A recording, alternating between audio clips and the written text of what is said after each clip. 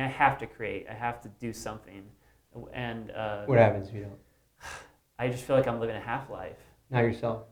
I You're yeah. just dead. You're just dead. Just part of it just decays. Yeah, and I feel a little bit self-absorbed when I go through those seasons because I have to remind myself of life is amazing and I have a wonderful wife and a family and however that nagging feeling will never subsides if I'm not working on something or expressing those intangible feelings of my soul. Yeah. These forces come to life in you Yeah. alone. You're in your room, you're 16, 15, 12, and you're doing something, whatever, you finally have some means of self-expression, and then you're asked, I guess, to translate them into market need. Yeah. And, right. in order to continue on.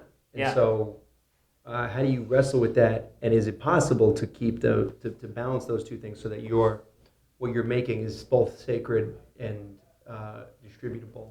Right. It's my brother and I have talked a lot about that because we have the same sentiment when it comes to creativity and art and what the purpose of what we're doing is and motivation. It's also for my brother a continuing question of working at a very high level of art and having some success, having some art sold for large amounts, but then vast valleys in between, where you have to kind of like revisit.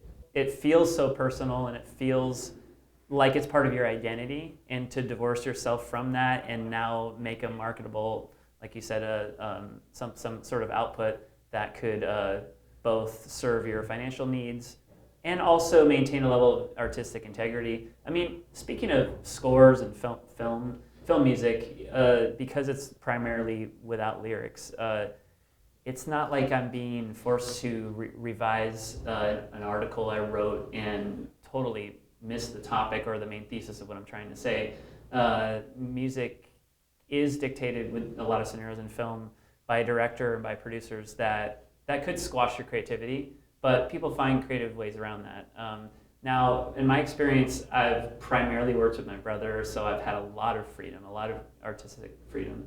Our films, while they haven't made a lot of money, have always made money, and we've never gone into debt. So that is a personal triumph because you do put a lot into it. We've always found either producers or sources of income to finish films. They've all been distributed. They've all made some money, and we've been enabled to keep working. So that is a partial level of success. Now, does it pay the rent? No, not perpetually.